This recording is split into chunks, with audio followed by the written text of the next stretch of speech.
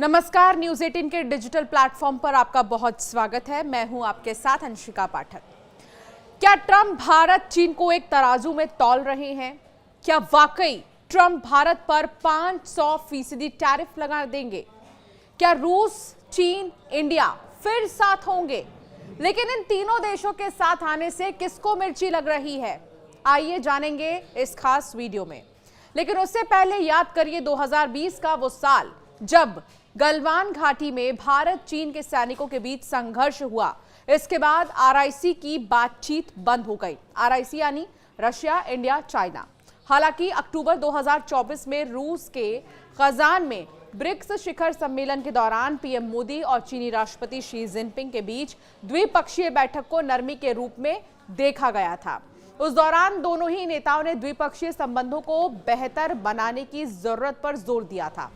कुछ दिन पहले रूसी विदेश मंत्री ने कहा कि भारत और चीन के बीच सीमा पर स्थिति को कैसे आसान बनाया जाए, इस पर सहमति बन गई है। उनको लगता है कि इस आरआईसी तिकड़ी को पुनर्जीवित करने का समय आ चुका है। रूस के विदेश मंत्री ने भारत चीन संबंधों को और बेहतर करने को लेकर बड़ा बयान दिया। विदेश मंत्री सर्गेई लावरोव ने गुरुवार को रूस भारत चीन त्रिपक्षीय संबंधों के ढांचे को फिर से सक्रिय करने में अपनी रुचि जाहिर की है। उन्होंने कहा कि मॉस्को वास्तव में इस सोच का प्रबल समर्थक है कि रूस, भारत, चीन ये तीनों देश साथ मिलकर आगे बढ़ें। उन्होंने ये बात यूरेशिया में सुरक्षा और सहयोग पर आधारित एक अंतर्राष्ट्रीय सम्मेलन के पूर्ण सत्र को संबोधित करते हुए कही। तो दूसरी तरफ अमेरिका नहीं चाहता कोई भी देश रूस से अपने संबंध बढ़ाए। अमेरिका के पास आज के समय सबसे बड़ा हथियार है टैरिफ, जिसके जरिए वो दूसरे देशों को धमकी देता है। अमेरिका ने अब भारत को कड़ी चेतावनी दी है। अमेरिका ने कहा है कि अगर भारत रूस से तेल, गैस या पेट्रोकेमिकल्स खरीदता रहा तो उस पर 500% टैरिफ लगाना चाहिए। ये बात अमेरिकी सीनेटर रिचर्ड ब्लूमेंथल ने यूक्रेन की राजधानी कीव में कही। उन्होंने भारत और चीन को निशाने पर लेते हुए कहा, रूस से जो भी देश तेल, गैस, पेट्रोकेमिकल खरीदे उन पर 500% टैरिफ लगानी चाहिए। 500% टैरिफ भारत और चीन पर लगना चाहिए। दोनों देश रूस का 70% तेल खरीदते हैं। अमेरिका का ये बयान तब आया जब रूस ने भारत चीन रूस त्रिकोण को फिर से शुरू करने की जोर शोर से वकालत की है। बता दें, अमेरिका के सांसद रूस पर दबाव बनाने के लिए नया बिल ला रहे हैं, जिसमें रूस से तेल, गैस, यूरेनियम खरीदने वाले देशों पर 500% टैरिफ की बात है।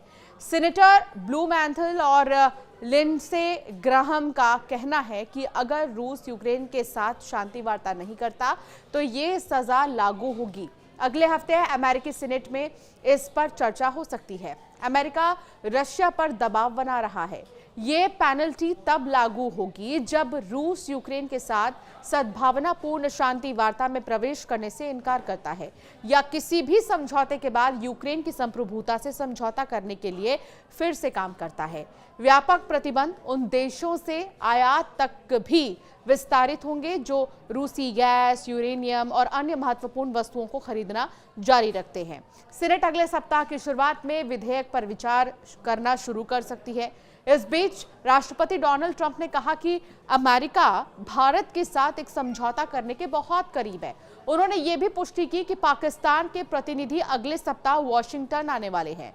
ट्रंप ने संयुक्त बेस एंड्रयूज में कहा, पाकिस्तान के प्रतिनिधि अगले सप्ताह आ रहे हैं।